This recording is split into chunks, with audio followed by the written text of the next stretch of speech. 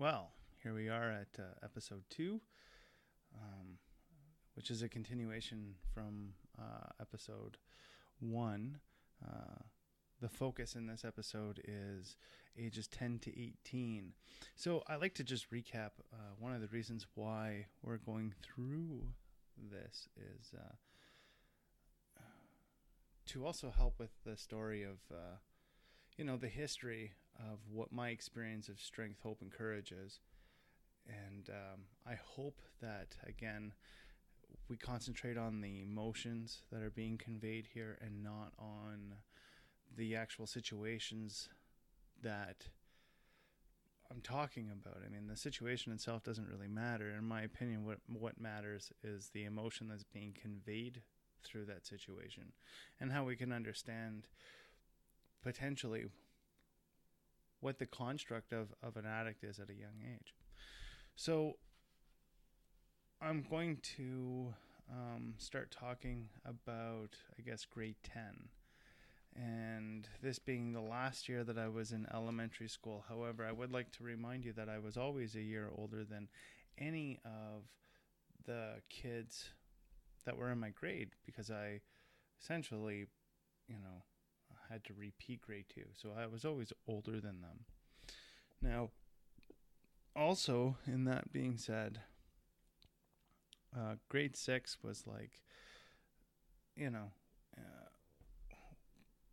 grade 6 where I'm from, you essentially end up going to a thing called junior high school, which is grade 7 and 8. And then from there, you go into high school, which is 9 to 10. 9 to 12. And then from there, you would go on to college. So basically in grade 6, what I was experiencing at that time, being older than everybody that was in my class, was the fact that I was definitely raging in puberty and my friends weren't. I was, but they weren't.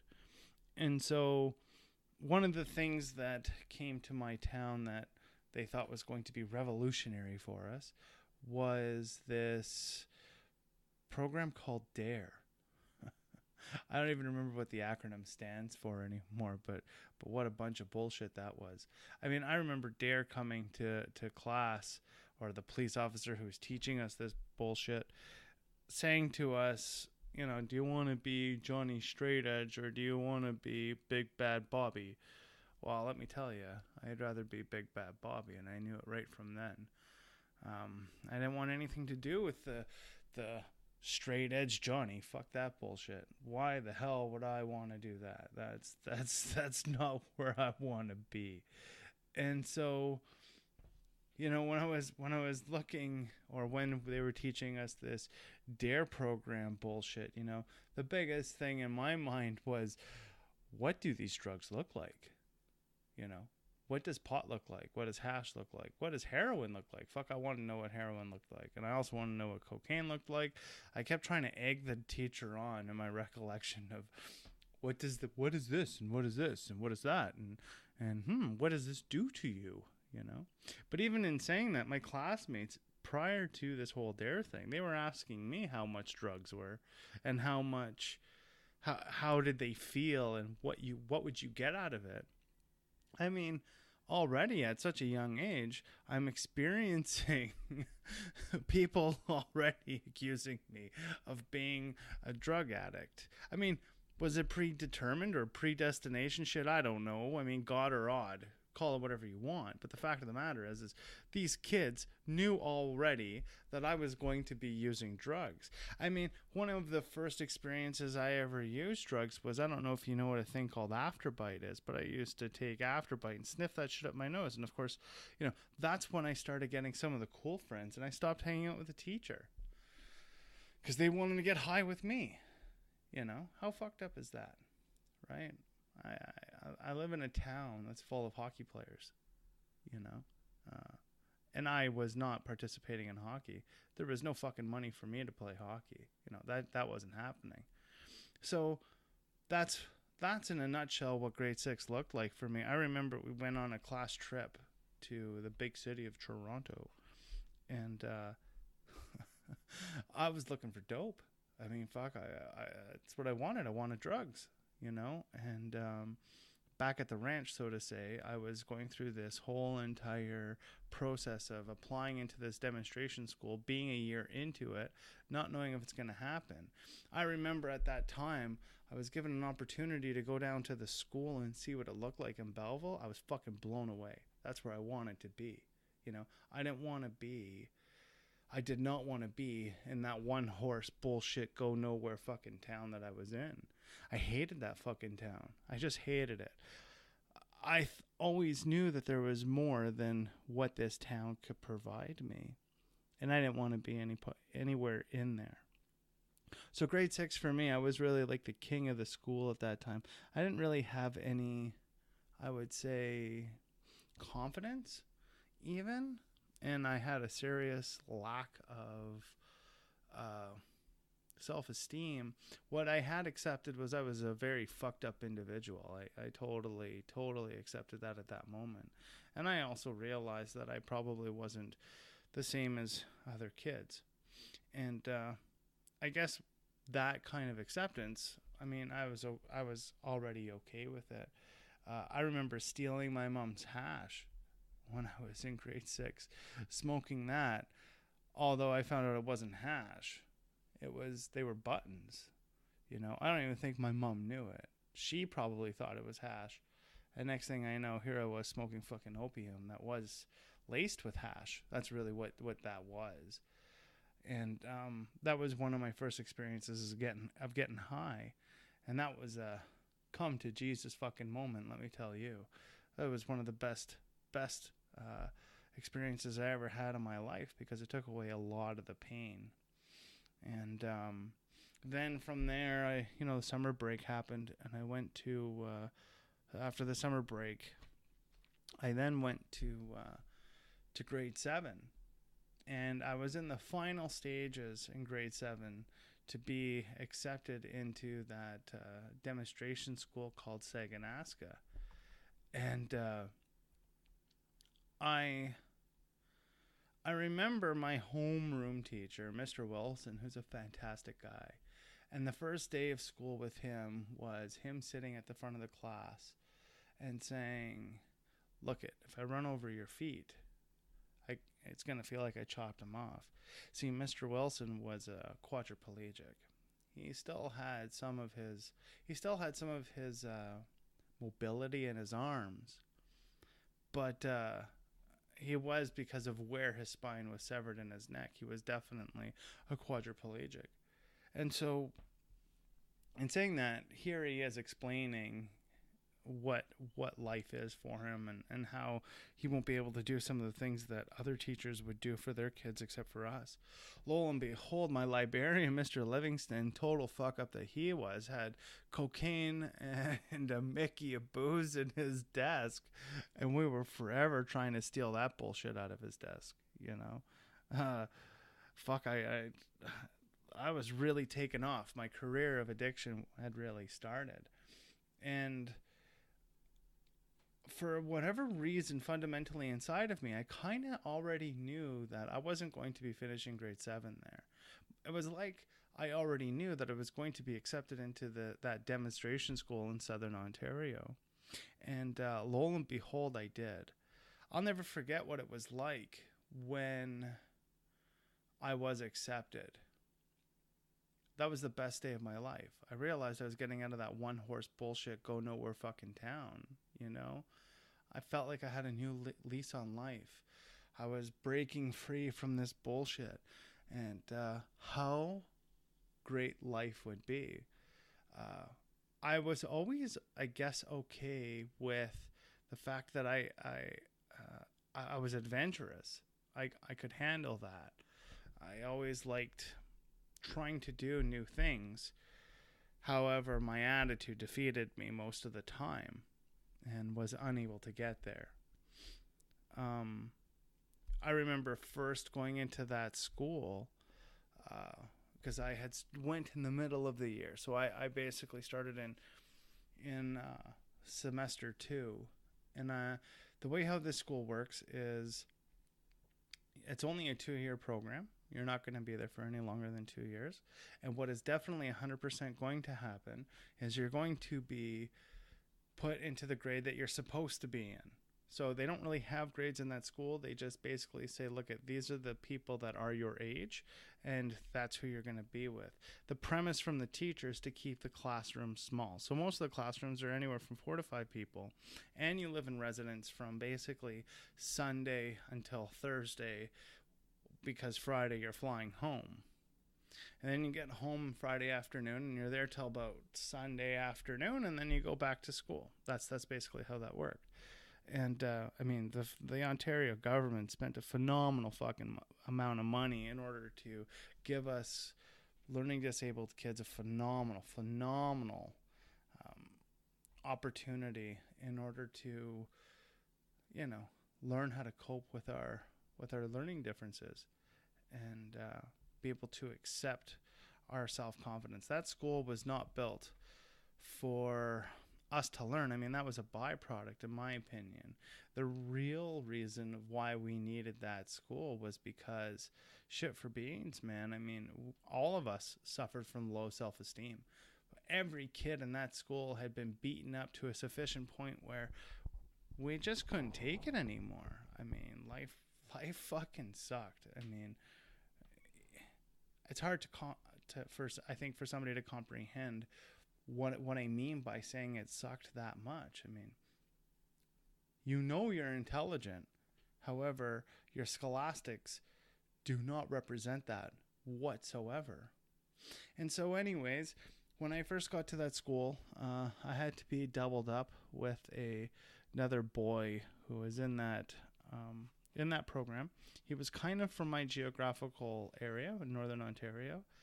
And it was a brand new experience, and boy, was I ever fucking scared, right? So the first thing that I learned how to do was I put on a personification, because personifications kept me alive in school. Remember, I lied about those LA Gear shoes.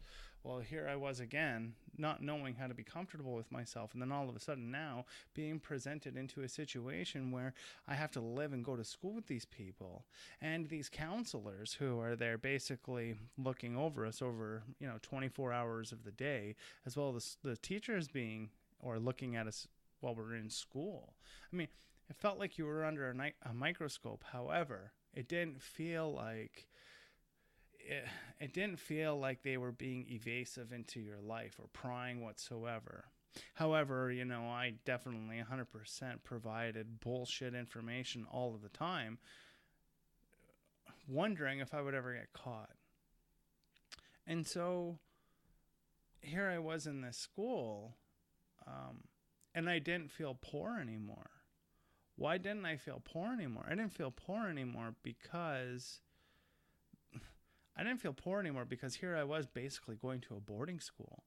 Rich kids go to boarding school. Plus, I got to take a fucking plane every week of my life. I mean, I was living in the lap of luxury. It was great. I cannot say that I had a bad experience in that school, really.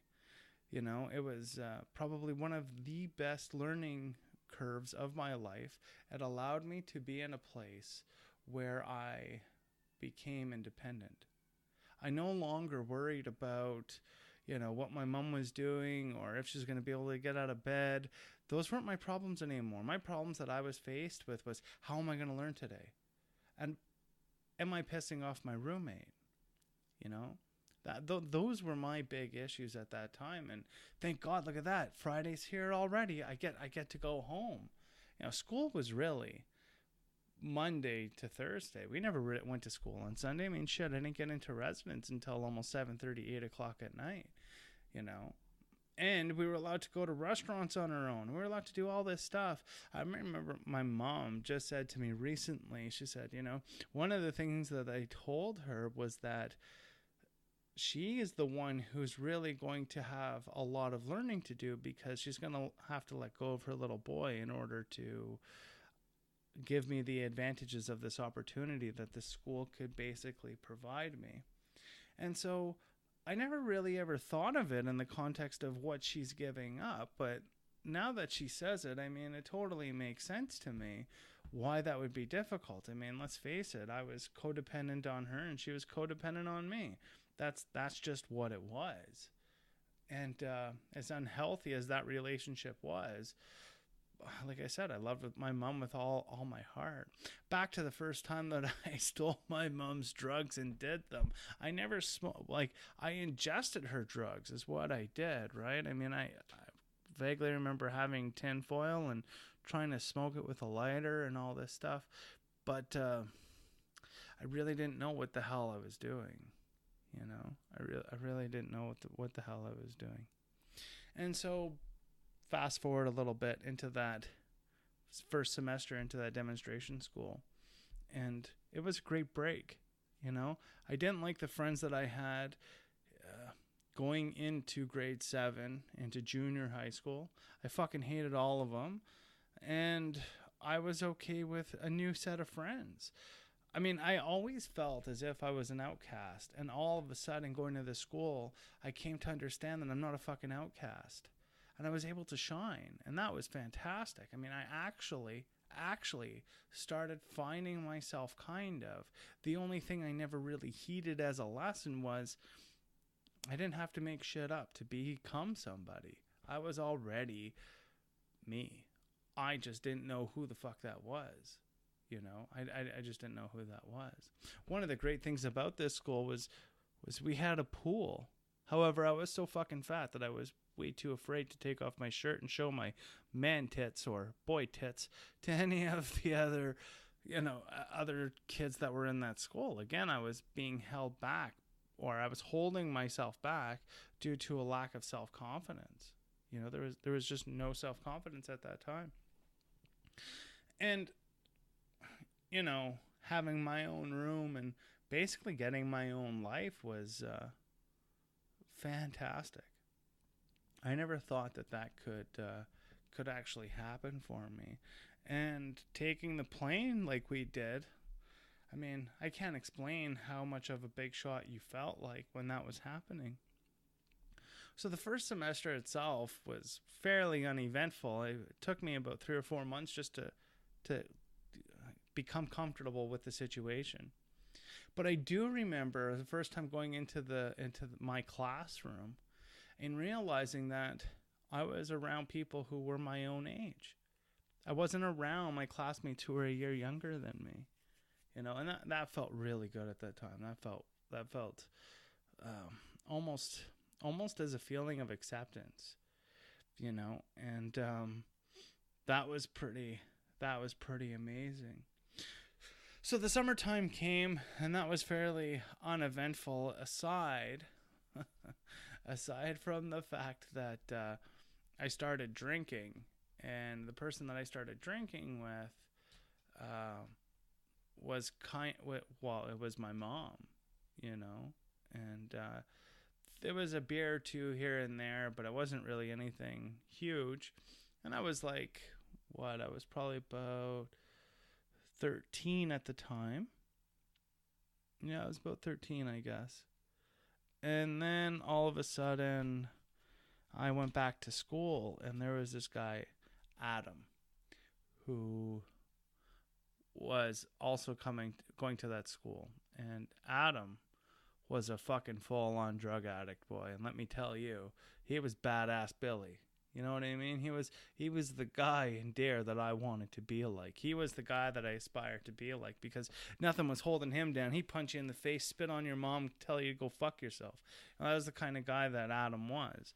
He didn't hold no favors for anybody. And I liked that. I kind of thought that's a great attitude to have in life. And so he's really one of the first ones that taught me what drugs were. First started off with a cigarette. I remember I had my first cigarette down at that demonstration school in Southern Ontario. I was sicker than a fucking dog, but you know what? I was hooked. 100%. First cigarette, I was hooked. I mean, I was already scheming and skeeving in order to find some sort of money to get tobacco, you know. I had kind of had a couple cigarettes with one of my schoolmates in elementary school, but nothing like the freedom that I had at that demonstration school and the ability to be able to have a cigarette without having to hide it from my mom. I mean, shit, I wasn't under those prying eyes. And these counselors, let me tell you, I could totally hold one over them. That's fucking easy. That's just the fortitude of an addict. That's what we do. That's how we live. And so really at that moment, it became a compartment in my life where I was living one way in Southern Ontario and another way to my mom. That's what was happening. And so I remember smoking that cigarette, and then all of a sudden, drugs came into the scene. And I quickly went from smoking marijuana to doing cocaine with this Adam guy. I fucking loved the shit. I just loved it. And I also loved acid. I had a great time on acid with Adam. You know, and then all of a sudden he said, hey man, you should go and get yourself a guitar. You know, and I got some money from my mom in order to buy this guitar in the town that I was going to school in down south. But I didn't have quite enough, so I went and robbed a fucking church in order to get this guitar. I mean, by any means necessary is what I was starting to learn at that time. And I was, like I said, I was 13 years old. So I went down to school. I bought this guitar. I was so proud of myself, and it was a good time. You know, it was a really good time.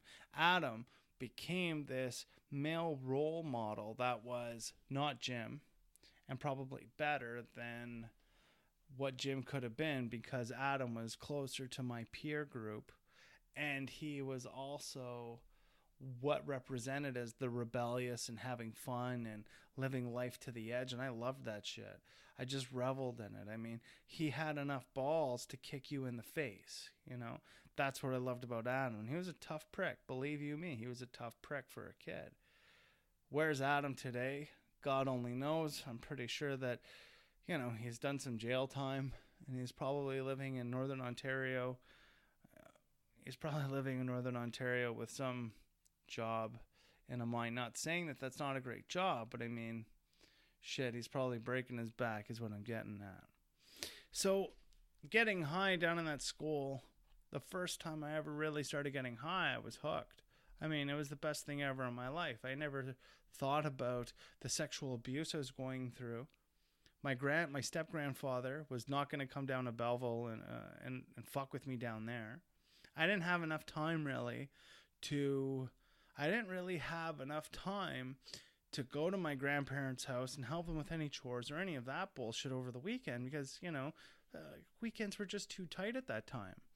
And so here I was rocking and rolling. You know, this is my 1 year. Because like I said, this was a 2-year term to go to this school. So I started halfway through the first year.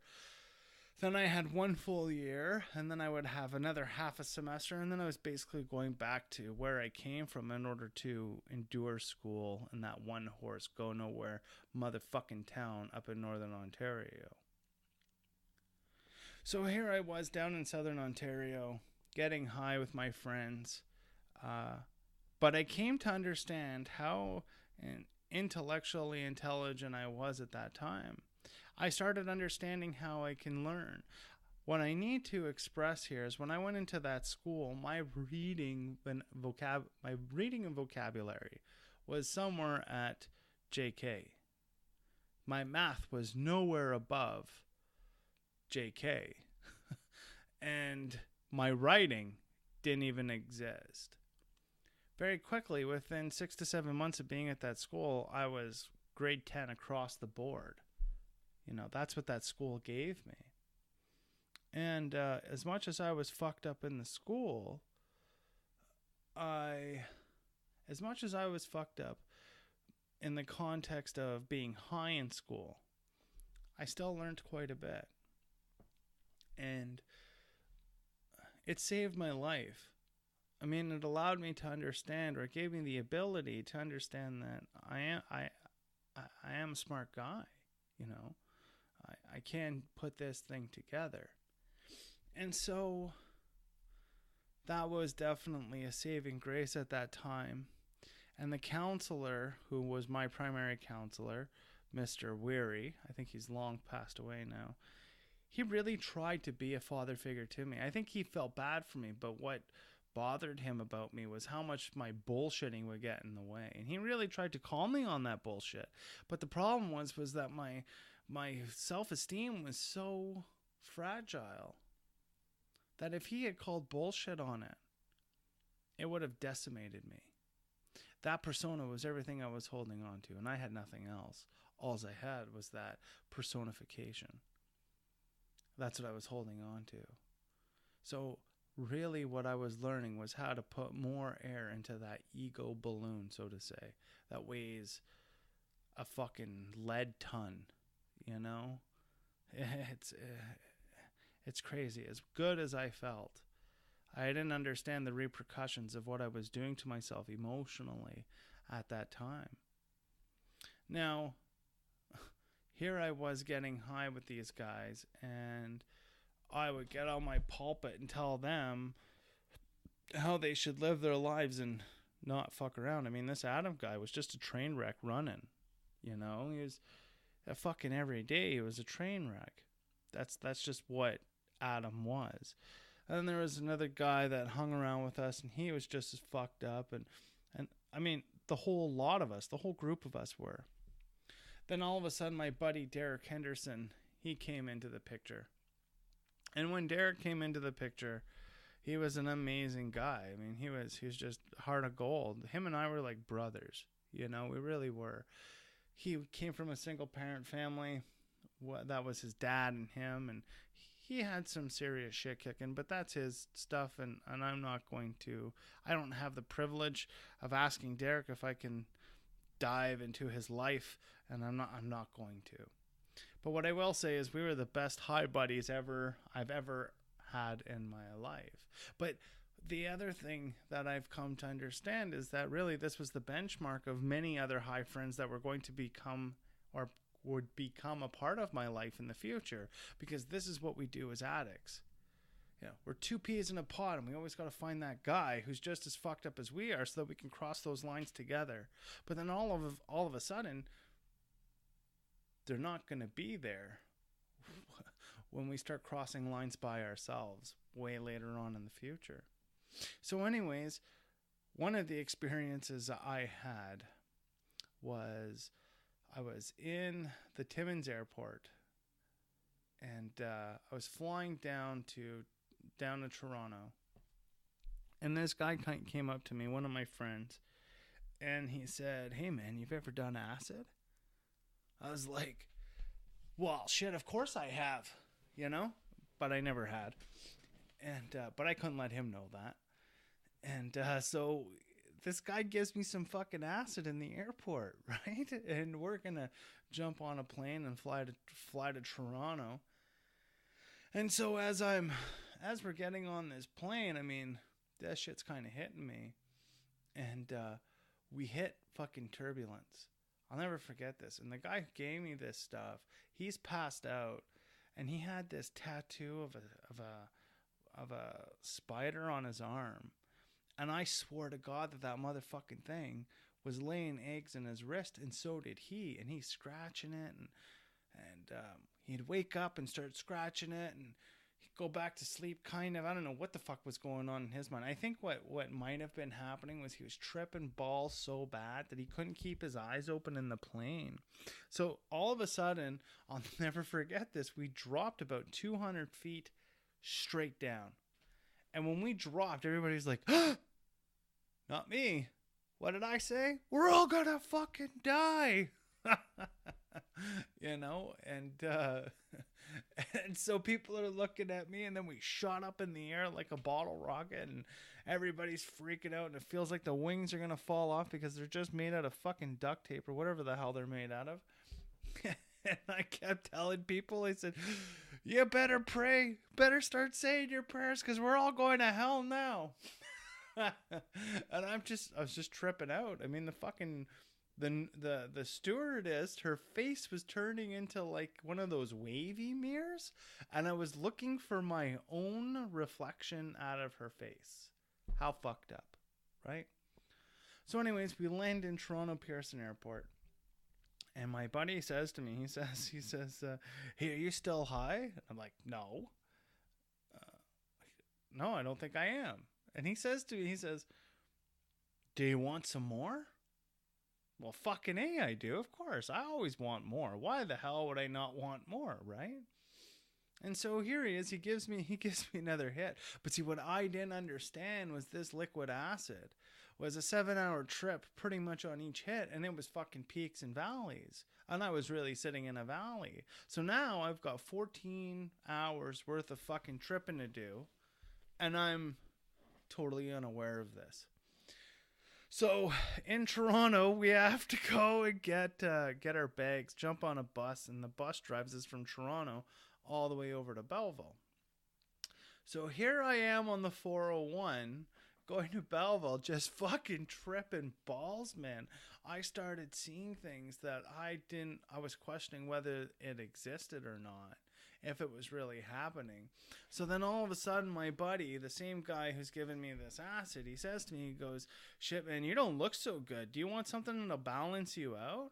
Said, of course I do. So he gave me some cocaine. Wow, let me tell you, I thought snakes were going down my throat. So then after that, he's like, fuck, you look even worse. Do you want something else? Of course I do. I'm rocking back and forth saying my mom is gonna die, right? On a bus, and the guy who's driving us there has no fucking clue why I'm doing what I'm doing. Oh. So then this guy says, here, take some of this, which was Zoloft. Who the fuck knew that Zoloft could do the things that Zoloft does?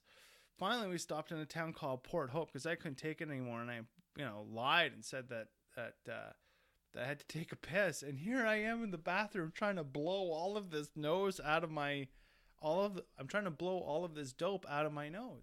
Like, that's gonna make a difference. Of course it didn't. I mean, the drugs are already in my fucking system, right? So, and the acid's still cruising through me. So finally, we pull into Belleville. I get out of the bus, get into residence, and the guy who gave me the dope, who was my buddy, I guess, he was my friend. He just gets me right to my room, and he tells the counselors that I wasn't feeling very well. And I go into my room, and I thought that I was eating M&Ms, but there was nothing in my hands, right? I mean, you would think at that time that maybe one would sit back and say, shit, maybe getting high isn't for me. But that wasn't scary to me. That was a great fucking time. That was amazing.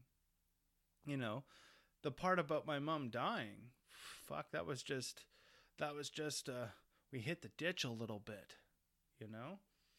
And then so another time with the same guy, we were fucked up on acid again, and here I am on a dirt road.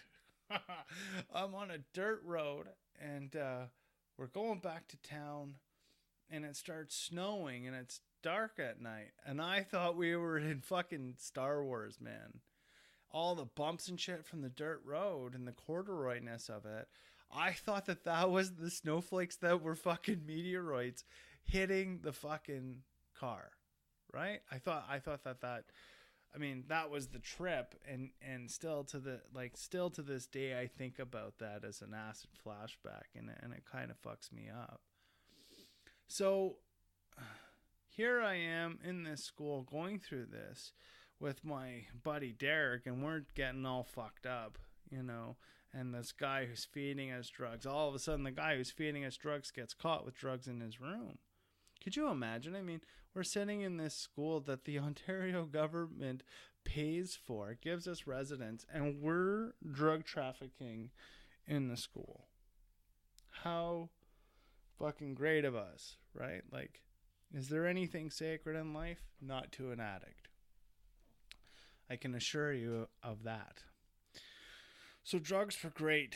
And all this while, I was drinking with my mom, but my mom really didn't know how much of an issue this really was for me.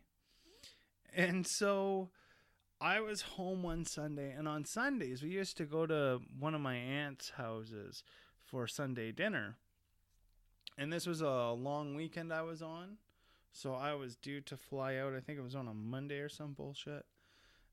And so here we are, we're ready to fly. Well, here we are, gonna go to my aunt's on the Sunday.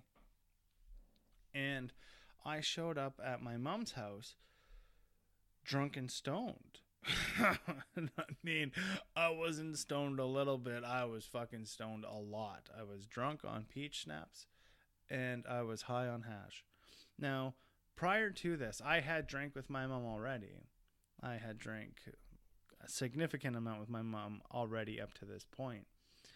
And my mom just left me at home, went to my aunt's, had dinner, but I tell you what, Christ has no fury like my mom, or hell has no fury like my mom. Sorry to correct myself.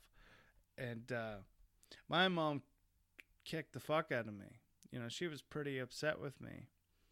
And all of a sudden, when this was going on, my mom kept saying to me, you were smoking dope and you were doing this and all this stuff. And as a good addict, the addict that I became, I was like, no. I was just drinking and I drank too much. And I wasn't feeling good and I was all fucked up. And who knows what what people put in drinks. And, you know, I was making up all the excuses that one could make up. And then all of a sudden, you know, my mom bought it. Bless her soul.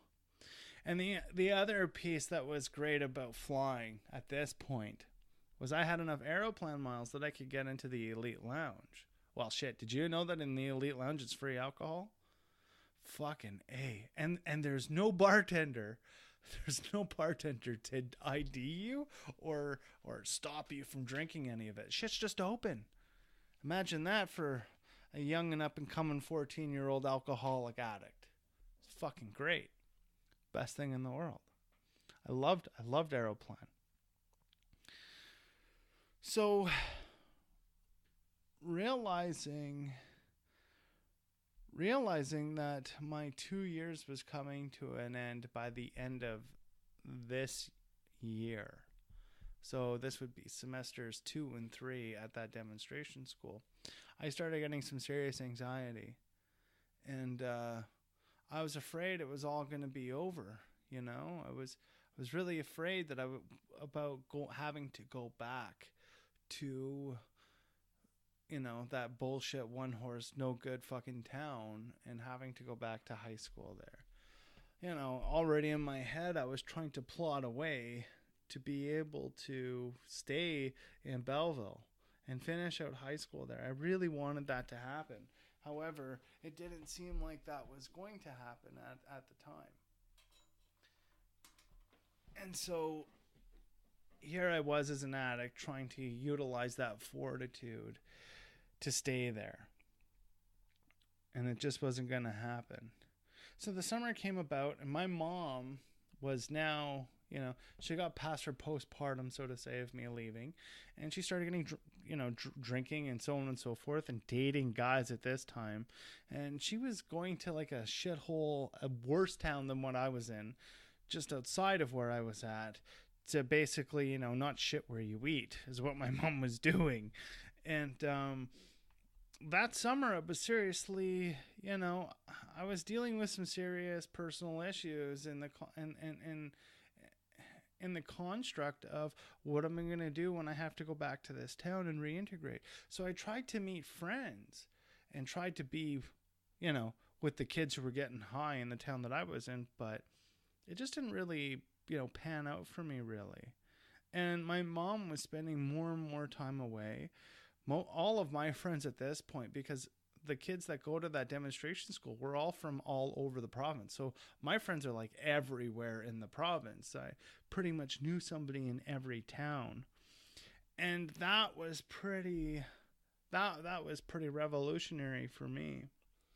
So then, you know, here I was going into the last semester of this demonstration school while the summertime was done. And I was actually excited for school. This is fucking great. This is going to be awesome. I'm going to have such an awesome year or semester, so to say. So I went to that school and I got fucked up. I became the leader of the crop. My confidence was was astronomical. I mean, it was ego, but I thought it was confidence at the time. And I felt so great about myself. I mean, people were looking up to me, especially the kids that were just coming into that school. And being one of the leaders, I reveled in that. I loved it. I loved the feeling of being able to be a mentor and guide people to the darkness of getting high.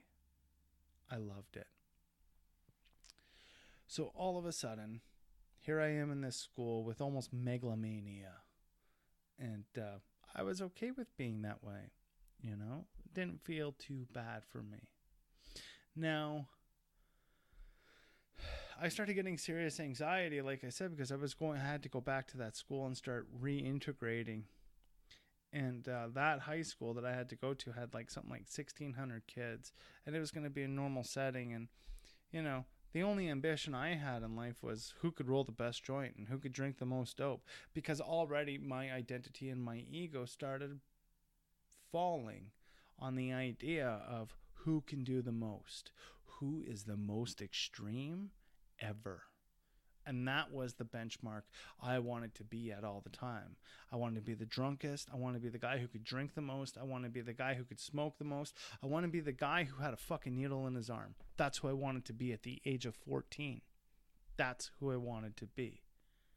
And so from that point, I mean, trying to reintegrate into a bullshit go nowhere motherfucking town in the middle of nowhere in Northern Ontario was not something I really aspired on doing. At the same time, my mom also found the man of her dreams, who is actually the father of my youngest brother. And so she was spending more and more time with him and less time with me, and I was really now becoming very, very independent. You have to understand that when I was young, my mom was so overprotective of me. She wouldn't let me cross the street when I was 8 years old. Now all of a sudden I'm basically running a household on my own. We're not even talking we're talking 6 years later. You know, I was left basically to my own devices. And my mom didn't really give a fuck if I was going to school or not in high school. If I was going to class, great. If I wasn't going to class, well, whatever. You know, that's basically where that was at. And one of the more increasing fears in high school wasn't that I wouldn't make it to college. It was how in the hell am I ever going to pay for college? Now, saying that, my mom decided that she would move to the worst town than the town that we were already in because she wanted to live with this guy. And I remember that was just after my graduation from that demonstration school. And I cried. I cried so hard when I had to leave that school. I had to leave my home. I had to leave a place where people looked up to me.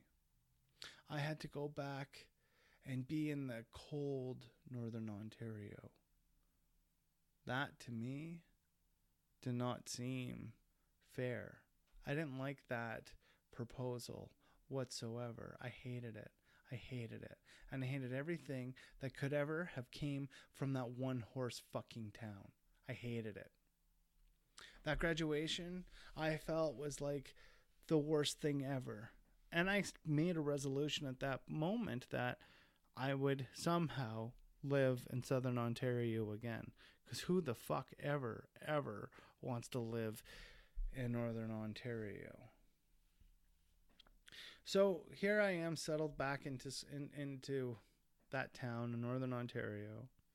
And as I said, my mom was basically making the move to a shittier town with this guy.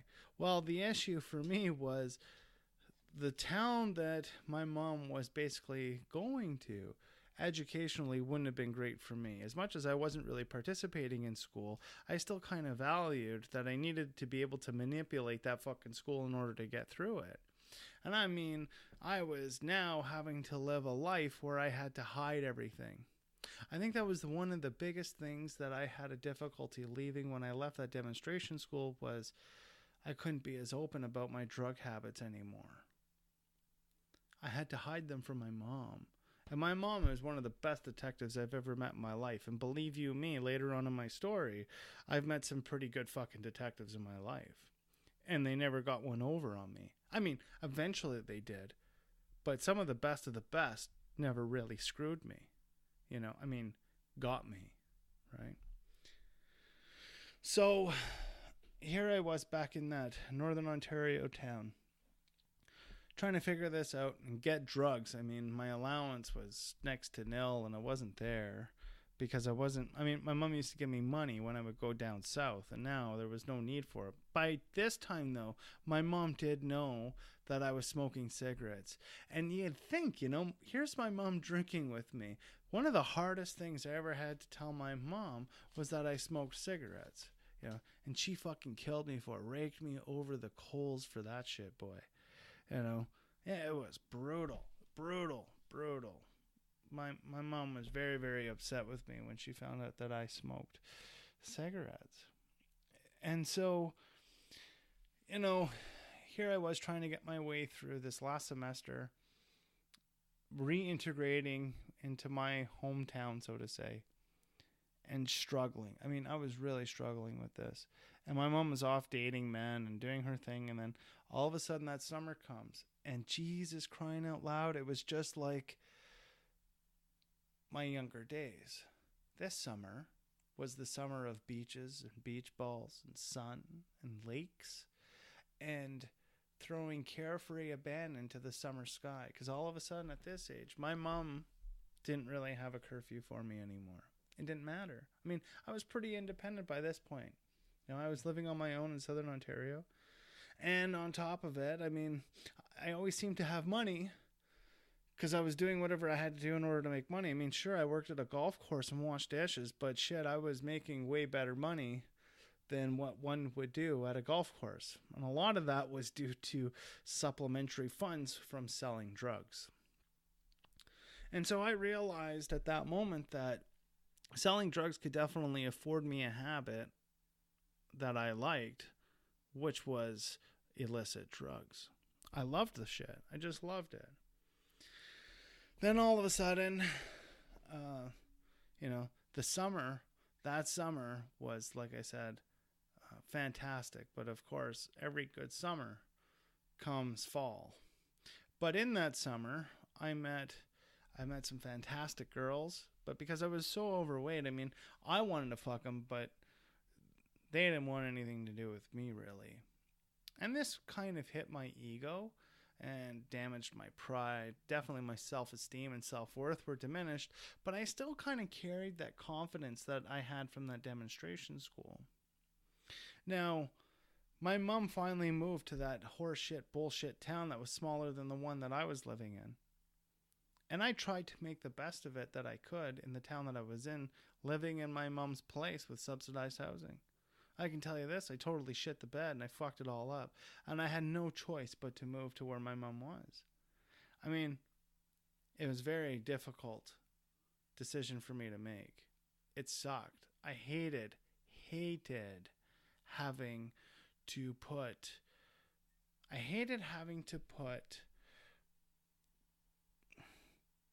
defeat in front of me. I hated having to accept it. It sucked. I did meet a good guy, though. We used to call him Jean-Mi, and he kind of showed me the ways of the world in that town. What I also increasingly realized in that town is I couldn't sell drugs anymore. I mean, all the while I was getting high. There was no stopping smoking weed and drinking. It just meant I had to hide it more. But now the town was even smaller. For crying out loud, I had to hide it even more from my mom. What the hell kind of bullshit is that? Right? I was so upset. And here I was going to this bullshit high school with fucking, I just wasn't happy with the situation. I was unable to accept what was going on. And my friend Jean-Mi and I, we had a great time then. I got through the winter. I had a job at one of the local hotels where I was washing dishes part-time on the weekends, and I had some money. It was okay.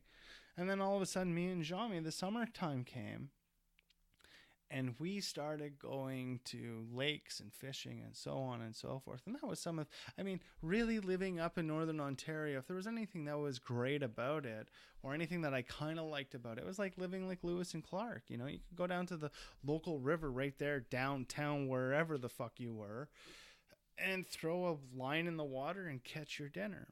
One of the things that I did do was I used to traffic in items that came from the train, and I'm not really going to get into how I got those items, but I will tell you this. In that small town, all of a sudden, everybody had a pair of sunglasses, and they all looked the same. It fell off the back of a train, so to say. And this is when I think I really started breaking bad. Now, all of a sudden, my mom's boyfriend, who got her pregnant, there was no work in the town that we were in, and he was going through his legal issues. And they realized very quickly that there was nowhere to go. There was no work in Northern Ontario. It had all dried up. But we kept on getting these ads in the newspaper that said, hey, come to Alberta. All of your dreams will be afforded to you. So here we were on our way to Alberta. They took off first to see what the job landscape looked like. And that was fantastic for me, because here I was getting out of that one horse bullshit fucking place, Northern Ontario. Because the likelihood of us moving to a town like Edmonton was highly likely. And here I was, 17 years old, ready to rock on, get it going, get out of Northern Ontario and make a start for myself, so to say. So they took off, and the landscape looked pretty good. I was left to pack everything up in the house and say goodbye to all those who I known. What I started realizing at this point was, no matter where I went, I could find drugs. No matter where I went, I can stay high. My ego was huge. My self-worth was low. My self-esteem didn't even exist. But what did exist was the facade that gave me confidence. And how it was already cracking was all too real. So, I'd like to wrap this up by saying these years in my teenage years were fantastic. I met many women and had some great relationships. One of those relationships was a girl named Jody, who we'll get into a little bit more later on throughout this story. But the teenage years were really the years when I started realizing that being high was better than not being high. And the best thing about life was being able to find drugs no matter where I went. It was always going to be there. I just had to figure out how the fuck to get them. I could hold a job, but I made more money doing things that were illegal. And it afforded me the lifestyle that I wanted, which was to be high all of the time. That's what I wanted. Even before I turned 18 years old, so to say. Because like in Canada, 18 years old is the pivotal point when you become a legal adult. Well, I realized before then that I liked life being higher. I hope you enjoyed what I said here today. I hope it resonates with you. I hope you're able to see the emotions that may be impacted upon you by listening to this. Maybe you might even be able to identify with some of the things that I've said. But I'm definitely hoping that I've made an impression upon you of an illustration of what an addict looks like in their growing years. And with that, I would like to say thank you for taking the time today to listen to this podcast.